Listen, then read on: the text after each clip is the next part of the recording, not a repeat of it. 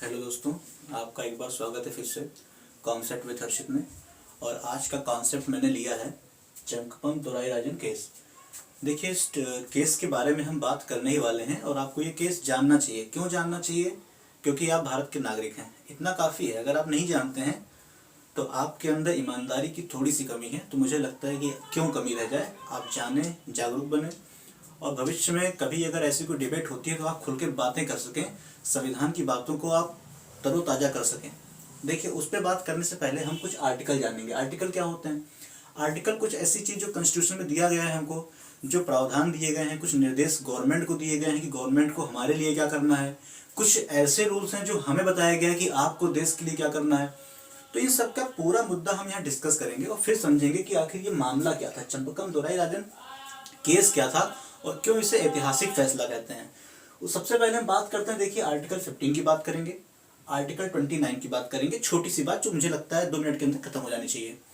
देखिए, मूल अधिकार, नाम सबने सुना होगा, फंडामेंटल राइट्स सबने सुने होंगे। कोई ऐसा व्यक्ति हो ही नहीं सकता जो इस समय मोबाइल पकड़ा हो और उसने फंडामेंटल राइट्स का नाम ना सुना हो, मूल अधिकार का नाम ना सुना हो सकता है कम ज़्यादा आप जानते हो, लेकिन सुना जरूर होगा नाम आपने। देखिए, फंडामेंटल राइट्स जो हमको मिले, उसमें सबसे पहला फंडामेंटल राइट तो 14 से 13 से 12 सब कुछ है, लेकिन हम जो बात करेंगे यहाँ सबसे पहले वो बात करने वाले हैं 15 की। देखिए, आर्टिकल 15 जब हमारा संविधान लिखा गया, देखिए देश में इतना इतना ज़्यादा देश का व्यवहार खराब था, अल्पसंख्यकों के साथ में इतना बुरा व्यवहार किया जाता था। बी आर अम्बेडकर उसके एक एग्जाम्पल हैं, अगर आपने उनको पढ़ा हो तो आप जान सकते हैं कि क्या कंडीशन थी हमारे देश में अल्पसंख्यकों की, कितनी बुरी कंडीशन थी उनकी। उसी तर्ज पे देखिए, आर्टिकल में जब 15 बनाया गया तो वहाँ पे एक बात कही गई। क्या कही गई? कि ये देश कभी भी केवल धर्म, मूल वंश, जाति, लिंग या जन्म के आधार पर भेदभाव नहीं करेगा। देखिए, आर्टिकल 15 में सबसे पहले ये बात कहा गया क्योंकि हमारे देश में भेदभाव भरा पड़ा हुआ था और सबसे ज्यादा भेदभाव जाति के हिसाब से किया जाता था कि जाति अगर आपकी ये है तो आप ये कार्य नहीं कर सकते, आप पानी नहीं पी सकते, आप किसी भी कुएं से पानी निकाल के नहीं पी सकते, आपको चप्पल सर पे रख के चलनी पड़ेगी। ऐसी कंडीशन हमारे देश में थी। उस पर मैं अलग से कभी वीडियो लेके आऊँगा। तो इसको ध्यान में रखते हुए आर्टिकल 15 में ये कहा गया कि कभी भी केवल धर्म, मूल वंश, जाति, लिंग या जन्म के आधार पर भेदभाव नहीं किया जाएगा। अब इसका मतलब आप समझिएगा, केवल वर्ड का अर्थ क्या हुआ। देखिए, केवल वर्ड का अर्थ ये होता है कि हम धर्म के आधार पर भेदभाव नहीं करेंगे, मूल वंश के आधार पर नहीं करेंगे, जाति के आधार पर नहीं करेंगे, लिंग के आधार पर नहीं करेंगे, जन्म, इन सब आधारों पर हम कभी भी भेदभाव नहीं कर सकते हैं कि आप बोलिए कि तुम इस धर्म के हो तो तुम्हें इसमें परमिशन नहीं, तुम्हें एंट्री नहीं। आप ऐसे मना नहीं कर सकते हैं, आपको सबको एंट्री देना पड़ेगा। कोई भी चीज़ हो, हर चीज़ में आप इन चीज़ों को ध्यान में रखते हुए आप मना नहीं कर सकते हैं।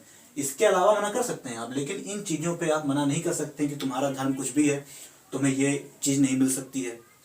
सब कुछ सबके लिए समान रहेगा, ऐसा आर्टिकल 15 में कहा गया। आप सुनिए, मैं भी लिंक करूंगा इस बात को इस केस से। आर्टिकल 15(3) मतलब 15 के अंदर कई सारे क्लॉज होते हैं, उसमें से एक क्लॉज 15(3) था। क्लॉज तो 1-2 भी है, लेकिन जो हमारे काम की बात है सिर्फ हम वही डिस्कस करने वाले हैं। आर्टिकल 15(3) में ये कहा गया कि महिलाओं व बच्चों के लिए विशेष उपबंध कर सकते हैं। कौन कर सकते हैं? राज्य कर सकते हैं। यानी कि अगर महिलाओं के लिए या बच्चों के लिए कोई नया लाना है, कोई नियम लेके आना है, तो आप नया नियम बनाइए। ये छूट दी गई सरकार को यहाँ पे, जबकि कहा गया था कि आप लिंग के आधार पर आप भेदभाव ना करें, लेकिन यहाँ पे लिंग के आधार पर कहा गया कि थोड़ा बहुत भेदभाव आप कर सकते हैं। किसको लेकर के?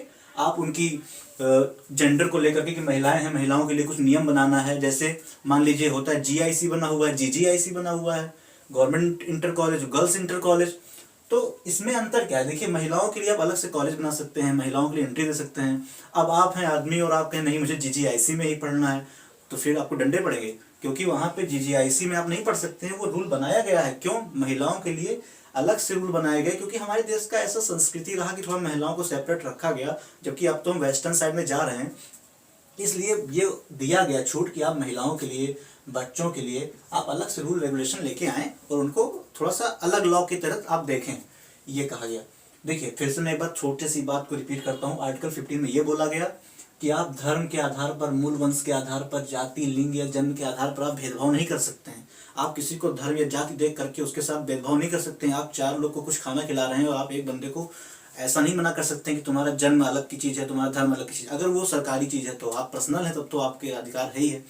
अगर जैसे समझिए आपके घर में कुआं है, तो आपका कुआं है, आप जिसको चाहे उसको पानी पिलाएं, उस पर गवर्नमेंट कुछ नहीं कहेगी। लेकिन एक कुआं ऐसा है जो गवर्नमेंट ने बनवाया है और उस पर कुछ लोग आके अधिकार कर ले कि नहीं, इस पर तो खाली सामान्य वर्ग के लोग ही पानी पी सकते हैं, वो पानी नहीं पी सकता है, दलित पानी नहीं पी सकता है, तो उस पर आपका रूल नहीं चलेगा। आपका घर का है तो आप कुछ भी करें, वो तो आपका पर्सनल है। आप बगल वाले को ही ना पीना दें तो कोई नहीं बोलेगा। तो 15 में ये बात बोली गई। 15(3) में ये कहा गया कि आप महिलाओं बच्चों के लिए रूल बना सकते हैं, रेगुलेशन कर सकते हैं। देखिए अब मैं थोड़ी सी आपको 29 के बारे में बता दूं। 29 आर्टिकल जो है वो भी मूल अधिकारी हमारा है। उसमें देखिए एक वर्ण मिलता है, ये कहा गया कि सहायता प्राप्त संस्थान, आप जानते हैं एडेड कॉलेज होते हैं जो गवर्नमेंट से थोड़ी हेल्प लेते हैं। सहायता प्राप्त कॉलेज से ये कहा गया कि वो केवल धर्म, जाति, भाषा के आधार पर प्रवेश में रोका नहीं जा सकता है। मतलब कोई ऐसा कॉलेज है जिसको सरकार से पैसे प्राप्त हैं, जैसे कि गवर्नमेंट कॉलेज होते हैं, बहुत सारे एडेड कॉलेज होते हैं, उन कॉलेज में आप धर्म के हिसाब से, जाति के हिसाब से, भाषा के आधार पर आप ये नहीं कह सकते हैं कि मैं तुमको एडमिशन नहीं दूंगा, तुम तो दलित हो, तुमको एडमिशन नहीं मिलेगा, तुम तो ब्राह्मण हो, ये तो दलितों का विद्यालय है, यहाँ तुमको एडमिशन नहीं मिलेगा।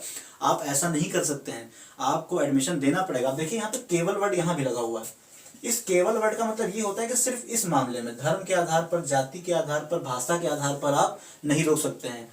फिर मैंने बताया था कि अगर आप जेंट्स हैं, आप लड़के हैं और कह रहे हैं नहीं मुझे लड़की वाले कॉलेज में पढ़ना है, तो वहां पे गवर्नमेंट रोक सकती है आपको। क्यों? क्योंकि देखिए ये इसमें नहीं लिखा हुआ है कि आपका लिंग भी नहीं चेक किया जाएगा। आप अगर पुरुष हैं तो पुरुष वाले कॉलेज में पढ़िए, अगर कॉलेज है दोनों पढ़ सकते हैं तो कोई बात नहीं। लेकिन कुछ कॉलेज ऐसे होते हैं जहाँ खाली फीमेल की एंट्री होती है, खाली मेल की एंट्री होती है, तो वहाँ आप नहीं कह सकते हैं कि नहीं ऐसा तो लिखा हुआ है कि मैं नहीं कर सकती हूँ। वहाँ पे आपको रूल मानना पड़ेगा। लेकिन आपको धर्म के आधार पर कह दिया जाए, आपको जाति के आधार पर कह दिया जाए कि नहीं मेरी जाति कुछ भी है, मैं पढ़ सकता हूँ, मैं नहीं पढ़ूंगा, मुझे नहीं पढ़ाया जा रहा है, तो वो गलत है। आप चाहे जिस धर्म के हों, चाहे जिस जाति के हों, आपको एंट्री मिलेगी, ऐसा लिखा हुआ है। उम्मीद करता हूं आपको तीनों के तीनों रूल समझ में आ गए होंगे। आर्टिकल 15 में क्या कहा गया, 15 का ही पार्ट 15(3) में क्या बोला गया, आर्टिकल 29 में क्या कहा गया।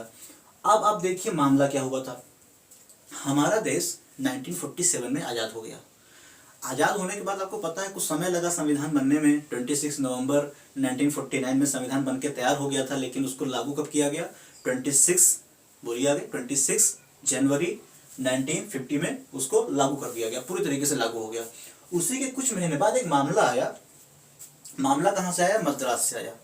मद्रास यानी कि तमिलनाडु, उसमें मद्रास नाम था, तो मैं मद्रास का ही नाम लूंगा। बाकी कैसे कैसे डिवाइड होकर पार्टीशन हुए ये सब हम लोग आगे वीडियो में देखने वाले हैं। भविष्य में कई सारी वीडियो आएंगी इसके ऊपर। हम बात कर रहे हैं देखिए मद्रास सरकार। देखिए मद्रास सरकार ने किया क्या, एक नियम लेके आए, या ये नियम आप कह सकते हैं पहले से चल रहा था। 1927 से ही रूल चल रहा था। देखिए ये 1927 से ही ये रूल लगातार चल रहा था कि कुछ आरक्षण दिया जाता था। मतलब ब्राह्मणों को अलग सीट दे दिया गया। उस साल भी उन्होंने वही किया। उन्होंने किया कि आर्टिकल, मतलब यहाँ पे रूल 1927 में रूल आ गया था लॉ की आप दे सकते हैं। हुआ क्या देखिए, मद्रास सरकार के पास कुल मिला के मेडिकल की सीटें होती हैं जो वो 340 सीटें थी। महाराष्ट्र में, मद्रास में, सॉरी मेरे मुंह से महाराष्ट्र निकल जा रहा है, थोड़ा सा मद्रास आप ध्यान रखिए। मद्रास सरकार के पास मेडिकल में 340 सीटें थी। मतलब कुल एडमिशन वो 340 सीट पे दे सकते थे। अब देखिए मद्रास सरकार ने किया गया कि वहां पर 340 सीटों में उन्होंने पार्टीशन कर दिया कि ब्राह्मण को इतनी सीट मिलेगी, दलित को इतनी सीट मिलेंगी, और ऐसे ही अलग अलग उन्होंने पार्टीशन, ओबीसी को इतनी सीट मिलेगी। उसमें तो ऐसा प्रावधान जो भी जातियां होती थी, ब्राह्मण, इन सब के हिसाब से सबको उन्होंने सीट बांट दी। अब हुआ क्या देखिए, उस समय की बात थी 1950 में। एक लेडीज थी, पहले वो यही जानना जरूरी कि चंपकम दोराई राजन कोई जेंट्स नहीं बल्कि लेडीज थी। चंपकम दोराई राजन जो थी वो गई एडमिशन लेने के लिए मेडिकल कॉलेज में, और उन्हें यह कहकर एडमिशन नहीं दिया गया कि ब्राह्मणों की सीट तो है ही नहीं, ब्राह्मणों की सीट खत्म हो गई है। उनसे कहा गया क्या सीट खाली है, तो उन्होंने पूछा कि सीट खाली है आपके कॉलेज में। उन्होंने कहा सीट खाली तो है लेकिन आपके लिए नहीं खाली है, क्योंकि यहाँ तो ब्राह्मणों की सीट फुल हो चुकी है। अब जो सीट बची है सिर्फ दलितों के लिए बची हुई है, सिर्फ अल्पसंख्यकों के लिए बची हुई है। जिसको सुनकर ये चौंक गए। इन्होंने कहा ऐसा कैसे हो सकता है, ऐसा तो कोई रूल नहीं लिखा है कॉन्स्टिट्यूशन में। कॉन्स्टिट्यूशन में अगर ऐसा कुछ लिखा हो तो मैं मान जाऊं, वहां तो कहीं नहीं लिखा है कि आप जाति के आधार पर दे सकते हैं। हाँ, अगर आप ये होता कि ये बॉयज कॉलेज होता और मैं पहुंच जाती कि नहीं मैं तो लेडीज हूं, मुझे इसमें एडमिशन चाहिए, तब आप रोक सकते थे मुझे, क्योंकि ये कहा गया था। लेकिन ये तो नहीं कहा गया है कहीं भी कि अगर मैं इस ब्राह्मण जाति की हूं तो मुझे एडमिशन नहीं मिलेगा। कहाँ लिखा है? आप दिखाओ, 15 में लिखा हुआ है। 15 तो लिखा है कि केवल इसके आधार पर आप नहीं करेंगे, धर्म के आधार पर और जाति के आधार पर आप नहीं करेंगे। कैसे कर दिया? यहाँ देखिए आर्टिकल 15(3) महिलाओं और बच्चों के लिए कर सकते हैं आप, तो वो मान रही थी महिलाओं के लिए है, तो अगर ये कॉलेज होता है यहाँ तो मेल फीमेल दोनों को एडमिशन मिल रहा है, तो मुझे आप कैसे रोक सकते हैं? उन्होंने आर्टिकल 29 साफ साफ कह रहा है कि सहायता प्राप्त संस्थान केवल जाति धर्म आधार पर नहीं कर सकते हैं। तो आपने कैसे धर्म के आधार पर मुझे अलग कर दिया कि मैं एडमिशन नहीं ले सकती हूँ? कोई लॉ है, कोई कानून चलेगा? नहीं चलेगा। अब देखिए हुआ क्या, आप सबको पता हो या ना पता तो जान लें, अगर हमारा मूल अधिकार छीनता है, अगर जो हमारे मूल अधिकार फंडामेंटल राइट्स हमको मिले हुए हैं, अगर वो हमसे छीनने की कोशिश सरकार करेगी तो हम सीधे सुप्रीम कोर्ट या हाई कोर्ट जा सकते हैं। हमें ये निचली अदालत जाने की जरूरत नहीं है कि हम जाकर कोर्ट के धक्के खाएं। सीधे हाई कोर्ट कहता है मेरे पास आओ, मैं आपका फैसला करके दूंगा। इन्होंने क्या किया, चंपकम दोराई राजन ने पहली ट्रेन पकड़ी तमिलनाडु से या मद्रास से, और कहाँ पहुंच गई पहले हाई कोर्ट। हाई कोर्ट पहुंचने के बाद इन्होंने पूरी कहानी बताई कि जज साहब देखो क्या हुआ मेरे साथ, ये बताओ अभी देश को आज़ाद हुए कुछ साल हुए हैं, ये बताओ अभी कानून लागू हुए कुछ महीने हुए हैं, और मेरे साथ ऐसा हो रहा है, अभी से आलम है। उन्होंने कहा क्या हुआ भाई? हाई कोर्ट ने मुझे बताओ तो क्या हुआ? उन्होंने बताया कि देखो क्या हुआ, आप सुन लो पूरी कहानी क्या हुआ, आप इनसे पूछ लो, सरकार से पूछ लो, मेरा आर्टिकल 15 कहाँ गया, मेरा आर्टिकल 29 कहाँ गया, आर्टिकल 15 मेरा रहेगा कि नहीं रहेगा, आर्टिकल 29 रहेगा कि नहीं रहेगा? आपने एक ही बार में मेरे दो फंडामेंटल राइट छीन लिए, ये कैसा प्रावधान है? हाई कोर्ट ने कहा आप बात तो सही कर रही है मैडम, चंपकम दोराई से कहा कि आप बात तो सही कर रही हैं और ये सरकार ने गलत किया है। और हाई कोर्ट ने तुरंत फटकार लगाई मद्रास सरकार को और कहा कि चंपकम दोराई राजन बिल्कुल सही है, इनका फैसला बिल्कुल सही है और सरकार ने पूरे तरीके से गलत किया है, मूल अधिकार छीनने की कोशिश की है, कोई बात नहीं सुनी उन्होंने सरकार की और सीधे इसको फैसला दिया चंपकम दोराई राजन के पक्ष में और कहा कि जाइए और जा करके एडमिशन लीजिए। लेकिन सरकार कहाँ रुकने वाली थी? मद्रास सरकार भाग के कहाँ गई? दौड़ते दौड़ते पहुंची कहाँ? Supreme court. कहीं अब तो एक ही जज साहब बचे हैं जो मुझे बचा सकते हैं, कौन? वो है सुप्रीम कोर्ट, क्योंकि हाई कोर्ट के बाद आप सुप्रीम कोर्ट जा सकते हैं। उसमें सुप्रीम कोर्ट के जो जज थे CJI chief justice of India Patanjali Shastri थे। पतंजलि शास्त्री जी के पास हुआ केस, सरकार ने कहा भाई आप ही देखिए क्या हो सकता है। चंपकम दोराई राजन भी पहुंच गई कहाँ? Supreme court. सुप्रीम कोर्ट पहुंचने पर इन्होंने कहा जज साहब आप बताओ, आप ही न्याय करो, क्या मेरा आर्टिकल 15 रहेगा कि नहीं रहेगा? आर्टिकल 15(3) है कि नहीं है? आर्टिकल 29 मेरा रहेगा कि खत्म हो जाएगा? आर्टिकल 29, 15 मेरे खत्म हो रहे हैं। देखिए देश आजाद हुए अभी इतना समय हुआ, कॉन्स्टिट्यूशन लागू हुए इतना समय हुआ और मेरे आर्टिकल अभी से हैरेस होने लगे। मेरे पूरे आर्टिकल कहाँ गए? सब वायलेट हो रहे हैं। और वायलेट होने का मतलब क्या है? यही कि मेरे मूल अधिकार तो नाम के रह गए, जबकि मूल अधिकार पे इतने लॉ बनाए गए हैं। ये कहा गया है कि आप यहाँ चले जाइए, आप सुप्रीम कोर्ट आ जाइए, आप हाई कोर्ट आ जाइए, मैं रक्षा करूंगा। जज ने कहा चिंता मत करो, मैं रक्षा करूंगा, मैंने कहा है, उसमें कहा गया संविधान में, तो मैं रक्षा करके दिखाऊंगा। अब आप ये समझ रहे हैं ऐसा बोला नहीं होगा, मैं ये सब आपको ऐसे बता रहा हूँ कि हाँ ऐसे, इससे कि आपको समझने में अंडरस्टैंडिंग होगी। अब मैं बोल रहा हूँ कि उन्होंने ऐसे बोला तो ऐसे नहीं बोल दिया होगा, एक पूरा सिस्टम होता है, उसके तहत बातचीत हुई होगी। तो सरकार ने कहा कि देखिए, सरकार ने कहा जज साहब हाई कोर्ट में तो मेरी बात सुनी नहीं गई, अब क्या सुप्रीम कोर्ट में मेरी बात नहीं सुनी जाएगी? जज ने कहा नहीं ठीक है, आप बोल लो, पहले आप बोल लो, आप क्या कहना चाहते हो, आप जो कहोगे उसके बाद हम इनकी बात सुनेंगे। चंपकम दोराई राजन ने कहा ठीक है, बोल रहे हो तो गवर्नमेंट को बोलो, पहले क्या बोलना चाहते हो। सरकार ने कहा ये बताइए जज साहब, आर्टिकल 37 है कि नहीं है? ये कह रही है आर्टिकल 15 है, आर्टिकल 29 है, आप बताइए आर्टिकल 37 है, आर्टिकल 46 है कि नहीं है? उन्होंने कहा यार है तो, लेकिन है क्या ये तो बताओ पहले। देखिए मूल अधिकार तो गिनाया किसने? चंपकम दोराई राजन ने, लेकिन एक DPSP होता है, नीति निर्देशक तत्व। देखिए नीति निर्देशक तत्व क्या है? मैं एक शब्दों में अगर मुझसे कोई पूछे कि नीति निर्देशक तत्व क्या है, तो मैं सिर्फ एक चीज कहूंगा कि गांधी जी के सपनों का संसार है नीति निर्देशक तत्व। क्यों?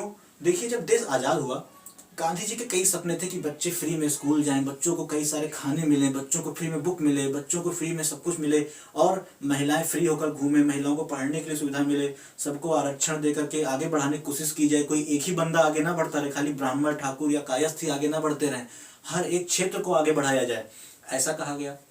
लेकिन आप सोचिए जब देश आजाद हुआ, क्या उस समय ये पॉसिबल था कि हम सब कुछ फ्री कर दें, हम बच्चों को फ्री में मिड डे मील बांटना शुरू कर दें? नहीं पॉसिबल था, पॉसिबल था ही नहीं। कैसे हो सकता है? आप खुद सब समझ रहे होंगे कि पॉसिबल नहीं है।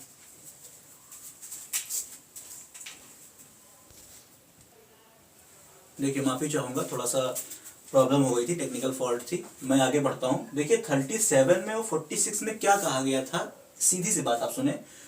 देश के अंदर बहुत सारी चीज़ें करने की इच्छाएं थी। जैसे हमारी बहुत सारी इच्छाएं होती हैं लोगों के लिए करने की, कि हम ये करें वो करें, फिर सोचते हैं यार मेरे पास तो आज पैसे ही नहीं है, काश पैसा होता तो हम ये करते दुनिया के लिए। फिर कभी पैसा आता है तो हम करते भी रहते हैं, होता है ना, ऐसा करते हैं। वही काम किसने किया, वही काम देश ने भी किया। देश के पास उस समय इतने पैसे नहीं थे कि वो गरीबों को फ्री में बांट सके। जैसे कि आज आप देख रहे हैं राशन मिल रहा है आपको, महीने में 2-2 बार मिल रहा है। लेकिन ये कंडीशन उस समय इतनी अच्छी नहीं थी कि हम हफ्ते में, महीने में 2-2 बार राशन बांट सकें, हम बच्चों को मिड डे मील खिला सकें, हम फ्री में एजुकेशन दे सकें, स्कॉलरशिप दे सकें। लेकिन ये था कि करना पड़ेगा, और संविधान वालों को लगा था, संविधान बनाने वालों को लगा था कि हो सकता है शायद गवर्नमेंट अपने आप से कदम ना उठाए, इसलिए उन्होंने क्या किया, नीति निर्देशक तक तो बना लिया। और कहा गया कि कुछ ऐसे लॉ रहेंगे जो इसके अंदर हैं तो, और आप समय समय पर अपने हिसाब से जब आपको लगे कि आप कर सकते हैं इम्प्लीमेंट करते रहिए। जब आपको लगे कि आप कर सकते हैं आप ये नियम बनाइए, कोई दिक्कत नहीं है। लेकिन हाँ, अभी आपको चालू करने की जरूरत नहीं है, और ना कोई कोर्ट जा सकता है ये कहकर कि नहीं क्यों नहीं चालू कर रहे हो। अब मान लीजिए कोई गवर्नमेंट से कहे क्यों नहीं मुझे फ्री में मिड डे मील खिला रहे हो, क्यों मुझे खाना नहीं खिला रहे हो, तो ये नहीं कह सकता। जब आपका दिल करे तब से आप नियम बना के चालू करिएगा। तो आर्टिकल 37 ये कहता है पहली बार कि ऐसे लॉ आप बनाएं, और लॉ में बना करके आप ध्यान रखें कि जो लोगों के हितों में हो। 37 में कहा गया कि आप इसको नीति निर्देशक तत्व को ध्यान रख करके लॉ बना सकते हैं। इसमें ये कहा गया है कि आप नीति निर्देशक तत्व को ध्यान में रख करके, नीति निर्देशक तत्व को हम लोग शॉर्ट में डीपीएसपी कहते हैं, आप डीपीएसपी को ध्यान में रख करके लॉ बनाइए, ये 37 में कहा गया है। और तो जज ने कहा इससे क्या होता है, कहा गया है तो आगे बोलो, इससे क्या कंक्लूजन, जितनी तुमने कहानी बताई अभी तक उससे इसका क्या मतलब निकला, बताओ। जो चंपकम दोराई राजन कह रही हैं, क्या इस तुमने जो बताया, सरकार ने जो बताया, क्या मेरा कोई मतलब है इस केस से? सरकार ने कहा डेफिनेटली मतलब है जज साहब, आप सुनिए तो बात। उन्होंने कहा बोलो आगे। कहा देखिए आर्टिकल 46 भी तो है। उन्होंने कहा है तो बताओ आगे। है, ठीक है, मान लिए है। कहा आर्टिकल 46 में ये कहा गया है कि आप SC ST के लिए, जो भी अल्पसंख्यक लोग हैं उनके लिए आप नियम बनाइए, एजुकेशन में उनको जगह दीजिए। एजुकेशन के लिए आप शिक्षक संस्थानों में एडमिशन के लिए जो भी अल्पसंख्यक लोग हैं, SC ST हैं, उनके लिए कुछ ऐसे नियम बना सकते हैं जिससे उनको एडमिशन मिल सके, उनको आगे चल के पढ़ाई करने की सुविधा मिल सके। अब जज साहब कहे यार बात तो सही कह रहे हो तुम, मुद्दा तो सही है, फिर से जरा बताओ क्या हुआ। तो फिर से सुन लो, ये कहा गया 37 में ये कहा गया कि आप लॉ बना सकते हैं जब आपका दिल करे। सरकार ने कहा हमारा दिल कर गया 3 ही महीने के बाद बनाने का। आर्टिकल 46 में लिखा हुआ है, देखिए 36 से लेके 51 तक डीपीएसपी है। अब 51 का 51A भी जुड़ा है। 51A क्या है वो हम बाद में बताएंगे, वो तो हमारे फंडामेंटल जो आगे चल के कर्तव्य आएंगे हमारे, वो हैं, ड्यूटीज हैं, वो हम बाद में डिस्कस करेंगे। 46 में उन्होंने कहा, देखिए 46 में लिखा हुआ था, 46 में कहा गया है कि आप SC ST के लिए नियम बनाइए, SC ST के लिए ऐसा कानून लेके आए जहां से उनको फायदा मिल सके, उनको एडमिशन मिल सके। वरना आप खुद सोच के देखिए, उन्होंने कहा जज साहब आप बताइए, एक ब्राह्मण ने जितनी हिम्मत दिखा ली कि वो महाराष्ट्र से नीचे देखिए मद्रास के से निकलता है, और निकल के चलते चलते दिल्ली आ गया, जज साहब से मिल लिया करके उसने इतना पूरा मामला फैला दिया। एक दलित फैला सकता था क्या? एक दलित इतना कर सकता था? कहीं ना कहीं ये लोग मजबूत हैं, मेंटली मजबूत हैं, ब्राह्मण या कोई भी सामान्य है वो मेंटली मजबूत है, तभी वो इतना आज हिम्मत दिखा पा रहा है कि वो आकर के जज से बात कर रहा है। और आज भी आप असलियत देखिए, क्या दलित वर्ग का इंसान इतना इस तरह का है कि वो जाकर के सीधे बड़े अधिकारियों से बात कर सके? नहीं है। जबकि आप और हम जो स्वर्ण है वो बात कर सकते हैं, जाकर के बात करते हैं कि नहीं हमें अपने राइट्स पता है। कहीं ना कहीं उनको भी ऐसा बनाना है, इसलिए जज साहब हमको आरक्षण देना पड़ेगा, क्योंकि ये लिखा गया है, गांधी जी का सपना है। जज साहब बताइए बापू जी का सपना कहाँ जाएगा? क्या बापू के सपने पूरे करेगा देश की? नहीं करेगा। उनका सपना था कि आर्टिकल 46 लागू हो, जिसके बाद देश के अंदर इन लोगों को जगह मिल सके, इन लोगों को एडमिशन मिल सके। हो सकता है उसमें ना रखा गया हो, लेकिन ये भी तो कहा गया है कि जब सरकार चाहेगी तो ये नियम लेके आएगी। जज साहब चुप, क्या आगे बताओ। उन्होंने कहा जज साहब जब ये बताइए आर्टिकल 46 हमने लागू किया और इसमें किसी का आर्टिकल 15 चला गया, 29 चला गया, कोई ये कह रहा है मेरा 15 चला गया, मेरा 29 आर्टिकल चला गया, तो जज साहब ये बताइए हम क्या करें? हमारी क्या गलती? हमने तो डीपीएसपी लागू करने की कोशिश की है, और डीपीएसपी लागू करने के तर्ज पे अगर किसी का 15 गायब हो जा रहा है, 15 के अलावा 29 गायब हो जा रहा है, तो हम क्या करें? हमारी गलती है। हम आर्टिकल 15, 29 के लिए क्या कर सकते हैं? तो इसलिए जज साहब हमने लागू किया है, सही लागू किया है, और इसको हम करना चाहते हैं, अगर गलत है तो आप बताइए हमने क्या गलत किया है। सारी बहस हुई, चंद्रकम दोराईराजन जी ने अपनी बात रखी, समस्याएं बताई कि देखिए आर्टिकल 15 और 29 सब चीजें हैं कहाँ चली गई। और उन्होंने एक तगाजा फिर से चंद्रकम दोराई ने किया कि जज साहब आप सिर्फ इतना बताइए कि अगर किसी के बीच में, अब तो उन्होंने कहा कि जो सर हमारा जो मुद्दा चंद्रकम दोराईराजन केस और जो मद्रास सरकार का केस था, ये केस स्टार्ट तो यही बात से हुआ कि चंद्रकम दोराईराजन के बीच में और मद्रास सरकार के बीच में जो है था एससी में आ गया। लेकिन अब वो मुद्दा इनके बीच में ना रहकर किसके बीच का हो गया, मूल अधिकार और नीति निर्देशक तत्व। सरकार कह रही हमने डीपीएसपी का ध्यान रखा है, ये कह रही है कि हमारा मूल अधिकार चला गया। अब ये मुद्दा देखिए यहाँ से पर्सनल से निकल करके कहाँ चला गया। ये मुद्दा पर्सनल था और पहुंच गया मूल अधिकार और नीति निषेध तत्व। तो आप समझ सकते हैं कि देश का संविधान लागू हुए 4 ही महीने हुए, 5 ही महीने हुए, इस तरह की कंडीशन खराब हो रही है। तो आप समझे चीजों को कैसे हो सकता है। अब देखिए यहाँ पर इतना आसान तो ये चीज नहीं था होना, और ना इस तरह का हो सकता था, लेकिन फिर भी कुछ लॉस बनाए गए। देखिए क्या लॉस बनाया गया, हम आगे बात करते हैं। अब यहाँ जब ये सारा मुद्दा आया, हर तरह की बातें हो गई, हर तरह के लॉज आ गए। अब इन्होंने ये कहा चंद्रकम दोराईराजन ने कि सर आप इतना बता दीजिए कि मूल अधिकार पहले हैं या डीपीएसपी पहले है।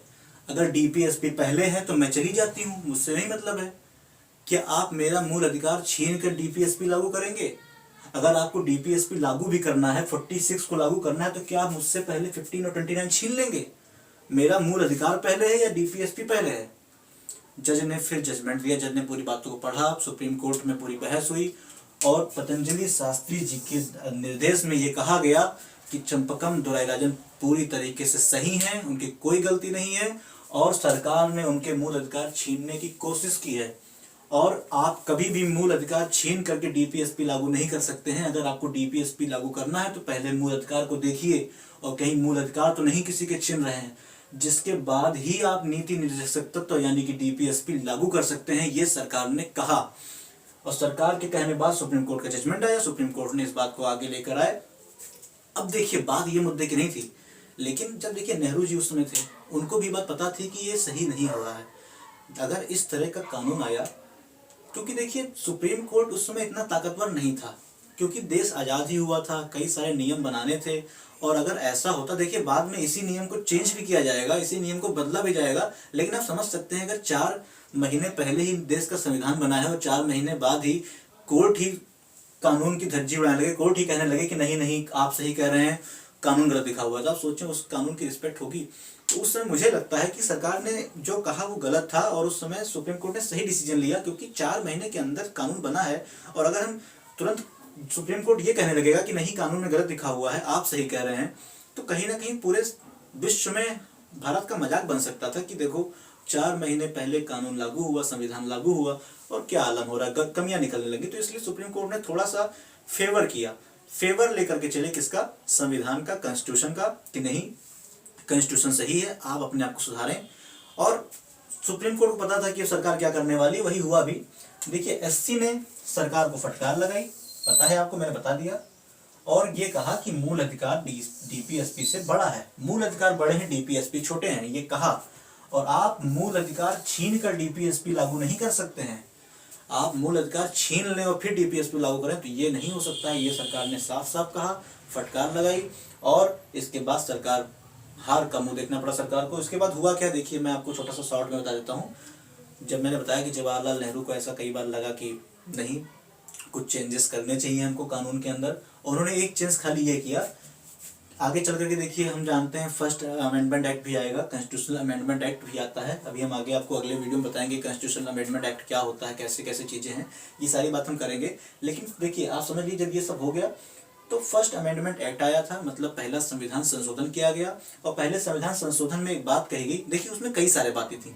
इम्पॉर्टेंट तो भूमि सुधार के लिए था, कई सारे जो थे भूमि सुधार किए गए, कई सारे रिफॉर्म्स किए गए उसके अंदर, ठीक है। जमीन को लेकर के, भूमि को लेकर के, जमींदारी प्रथा को बहुत खत्म करने की कोशिश की गई उसमें, क्योंकि उससे पहले कहीं ना कहीं जमीनें भरी पड़ी थी। तो वो सब बातें हम अलग मुद्दे पे करेंगे। यहाँ खाली बात क्या कर रहे हैं, कई सारे चेंज किए गए, उसमें से एक चेंज ये किया गया कि आर्टिकल 15(4) जोड़ा गया, क्लॉज नंबर 4। आर्टिकल 15(3) तो था ही था, जिसमें ये कह रहा था कि महिलाओं बच्चों के लिए आप रूल बना सकते हैं, जैसे अगर 2 कॉलेज है जीआईसी जीजीआईसी, तो हाँ जीआईसी आप बॉयज के लिए, जीजीआईसी आप गर्ल्स के लिए बना सकते हैं, ठीक है, कोई दिक्कत नहीं। लेकिन आप ये नहीं कह सकते हैं कि ये हिंदू का स्कूल है मुसलमान नहीं पढ़ेगा, या मुस्लिम का स्कूल है हिंदू नहीं पढ़ेगा या दलित नहीं पढ़ेंगे। लेकिन आर्टिकल 15(4) जोड़ा गया फर्स्ट सीए से। कैसे हुआ, क्या हुआ, मैं आगे बताऊंगा भविष्य में आपको। इसमें यह कहा गया कि सरकार सामाजिक तौर पर और शैक्षिक तौर पर पिछड़े वर्ग के उत्थान के लिए, इंपॉर्टेंट बात, पिछड़े वर्ग के उत्थान के लिए राज्य को उपाय कर सकती है, राज्य उपाय कर सकती है। मतलब कि कोई भी अगर कोई सोशली बैकवर्ड है या कोई एजुकेशनली बैकवर्ड है तो उसके लिए सरकार अलग से नियम बना सकती है। इंपॉर्टेंट बात ध्यान दीजिएगा, यहाँ पर कहीं भी आप देखिए आर्थिक नहीं जुड़ा हुआ है। अभी देखिए जल्द में एक लॉ आया है कि इकोनॉमिकली जो बैकवर्ड लोग हैं, जो इकोनॉमिक रूप से बैकवर्ड हैं, भले ही जनरल क्यों ना हो, ईडब्ल्यूएस जिसको बोलते हैं, उनके लिए लॉ बनाया गया है। लेकिन उसका नियम यहाँ पे नहीं था। 15(4) में खाली 2 बात कही थी, क्या, कि जो सोशली बैकवर्ड है, क्योंकि देखिए सोशली सबसे बड़ा होता है। एक पंडित जी हैं, उनके पास 1 रुपया भी नहीं है। एक पंडित जी, आप सपोज करें गाँव में एक पंडित जी हैं, बिल्कुल गरीब हालत में है, इतना बटोर लेते हैं कि खाली शाम को उनका खाने का व्यवस्था हो पाता है। लेकिन आप ये बात जानते हैं कि समाज में उनकी इज्जत बहुत होगी। अगर वो निकल लिए तो 1000 लोग पैर पड़ेंगे उनके रास्ते में। तो आप बताएं, क्या वो इंसान सोशली बैकवर्ड है कि नहीं है? और एक बार आप खुद से सोचें कि आदमी सोशली बैकवर्ड होना बुरा उसके लिए ज़्यादा है कि इकोनॉमिक बुरा है? आप खुद कहेंगे इकोनॉमिक बुरा होगा तो मैं खुद देख लूंगा, लेकिन अगर मैं सोशली बैकवर्ड हूँ, एक से एक अमीर आदमी देखिए करोड़पति हैं, लेकिन उनके अगल बगल देखिए कोई दलित अगर वो है तो बैठेगा नहीं। एक से एक आप भीमराव अम्बेडकर को देखिए, वो दलित थे, इतने पढ़े लिखे थे, लेकिन उनका चपरासी उनसे 100 कदम दूर खड़ा होता था कि ये तो दलित है और चपरासी ब्राह्मण था। ऐसी कहानियां मिलती हैं। तो इसलिए सबसे ज्यादा जरूरी क्या था, सामाजिक रूप से पहले लोगों को आगे लाना। आर्थिक रूप से भी आगे लाने की जरूरत पड़ी। सरकार ने, मोदी सरकार ने नियम बनाया, ईडब्ल्यूएस लेके आए, 10% का उनको भी आरक्षण दिया गया, उसके बारे में हम आगे बात करेंगे। लेकिन पहले जरूरत सबसे ज्यादा किसकी थी, सामाजिक रूप से, क्योंकि पंडित जी अगर हैं या कोई भी सामाजिक है तो उन पंडित जी का समाज में इज्जत बहुत है। भले पैसा नहीं है, लेकिन इतनी इज्जत है कि आदमी कार से उतर के पैर छुएगा और उसके बाद कार में बैठेगा। अगर पंडित जी पहुंच गए तो पहले वो खाना खाएंगे, फिर कोई खाना खाएगा। तो आप ये सोच सकते हैं कि समाज में क्या स्थिति उस समय दलितों की रही होगी। पंडित जी तो बहुत प्रमुख थे, भले रुपया नहीं उनके पास है, लेकिन दलित करोड़पति है, लेकिन वो घर के अंदर घुसेगा तो उसके लिए अलग से एक्स्ट्रा ग्लास रखा जाएगा। उसको उस खाने में नहीं, उस थाली में नहीं खिलाया जाएगा जिस थाली में सामान्य लोग खा लेते हैं। तो क्या कंडीशन खराब थी, इसलिए नेहरू जी को लगा कि ऐसे लोगों को आगे लाना पड़ेगा। तो सामाजिक लोगों को, शैक्षिक लोगों को, बैकवर्ड को आगे लाने के लिए आर्टिकल 15(4) जोड़ा गया। जोड़ने के साथ साथ नियम बनाया गया, और जब कानून बन गया तब आप देखें कोर्ट भी कुछ नहीं कर पाया। कोर्ट भी इतना ज़्यादा नहीं बोल पाएगा, क्योंकि उसने, वैसे कोर्ट के पास एक छूट होती है कि एक बार अमेंडमेंट एक्ट को वो अपने नज़रिए से देखती है और फिर पास करती है। लेकिन इसको उन्होंने पास किया और ये लॉ बना। लॉ बनने के बाद धूमधाम से अब ये होता है, आप खुद देखते हैं, एडमिशन लेते होंगे तो वहाँ पे आप देखते होंगे कि ओबीसी की सीट अलग निकलती है। कोई फॉर्म अगर आप भरते हो वहाँ भी देखते हैं कि ओबीसी की सीट अलग निकलती है, एससी की अलग निकलती है, एसटी की अलग निकलती है, जनरल की अलग निकलती है, अब ईडब्ल्यूएस की भी अलग निकलने लगी है। तो ये सारे लॉ बनाए गए इसी के बाद, क्योंकि इससे पहले कोई भी आरक्षण का नियम भारत में नहीं था। और इसका फायदा चंपकम दोराई राजन ने उठाया, क्योंकि लॉ कहीं थे ही नहीं। इसका पूरा फायदा मिला किसको, चंपकम दोराई राजन को। लेकिन इसलिए सरकार को लगा कि ऐसे लॉ लाने चाहिए, वरना ऐसे ही लोग बार बार पहुंचेंगे कोर्ट में, पहुंच करके हमें हराएंगे और फिर अपनी सीट बनाएंगे। इससे हम भला नहीं कर सकेंगे ऐसे लोगों का जिनको वास्तविक में जरूरत है, लेकिन किसी कारणों से उनको जगह नहीं मिल पा रही है। इसलिए सरकार ने ये नियम लेकर आए, ये कानून बनाए। लेकिन इस मोटे मोटे पूरी बातों का एक अर्थ तो ये निकला कि चंपकम दोराई राजन केस में और मद्रास सरकार में जीत तो चंपकम दोराई राजन की ही हुई। जीती वही, हाई कोर्ट में तो जीत ही गई थी, सुप्रीम कोर्ट में वही जीती। नीति निर्देशक तत्व को लागू करने की बात सरकार ने मानी, लेकिन सुप्रीम कोर्ट ने कहा कि आप मूल अधिकार छीन करके नहीं दे सकते हैं। ये एक ऐतिहासिक फैसला था। आप देखिए, अब आप ये सोचेंगे मेरा एग्जामिनेशन में काम आएगा कि नहीं आएगा। आप बताइए, क्या एग्जामिनेशन से कोई मतलब है इसका? एग्जामिनेशन में तो इसमें से 50 क्वेश्चन बनते हैं। मैंने आपको आर्टिकल ही बता दिए हैं। अगर आप आर्टिकल जाएं तो बीते दिनों को जितने पेपर हुए सब में ये आर्टिकल्स पूछे गए हैं। आर्टिकल्स तो है ही हैं, लेकिन साथ साथ आप ये देखिए कितनी जानकारी आपको मिली है। ये जानकारियाँ एक कंबाइन करके लेना आपके लिए ये आसान है कि आप यहाँ 15 से 20 मिनट पढ़ के आपको जानकारी मिल जा रही है। आप उससे पूछिए जिसको 6-6 घंटे पढ़ने पड़ेंगे। मैं आपको कंपाइलेशन दे रहा हूँ, आप चीज़ों को समझें, ज़रूरत लगे तो लिख लें। अगर कोई चीज़ आपको लग रहा हो कि मिस कर दिया आपने, तो फिर से वीडियो को रिज्यूम करके फिर से पॉज करके आप देखें, समझें। और मुझे लगता है कि टॉपिक समझ में आई होगी। चंपकम दोराई राजन केस अपने आप में ऐतिहासिक फैसला था, और ऐसा फैसला, कई सारे फैसले आए हैं। कभी सरकार की जीत होगी तो कभी किसी इंसान की जीत होगी, कभी कभी सुप्रीम कोर्ट की जीत होगी, तो कभी कभी ऐसा फैसला आएगा कि देश की जीत होगी और देश जीतेगा और सरकार हारेगी। तो ऐसे सारे फैसले मैं आपको बताऊंगा। ये कॉन्सेप्ट मैं इसीलिए लेके आता हूँ कि आपके कॉन्सेप्ट क्लियर हो सकें, आपके फंडे हिल सकें। अगर आपको पसंद आया है तो आप चैनल को सब्सक्राइब प्लीज करिएगा, लाइक करिएगा और कमेंट जरूर करिएगा। ये बताइएगा कि आपको मेरा जो मैं डिस्कस करता हूँ कैसा लगता है, क्या आपको कोई फायदा हो रहा है। अगर हो रहा है तो आप मुझसे कहें, मैं ऐसे और वीडियोस लेके आऊँगा। और प्लीज़ आप सब्सक्राइब करें और कम से कम 10 लोगों से सब्सक्राइब कराएं चैनल को। अगर आप सच में सच्चे भारतीय हैं और ऐसी जानकारी आप चाहते हैं कि लोगों से शेयर करूँ मैं, पहुँच सके, तो इसमें आपका योगदान ज़्यादा बड़ा है। मैं तो सिर्फ बोल सकता हूँ, लेकिन इसको पहुँचाने का काम सिर्फ आप करेंगे।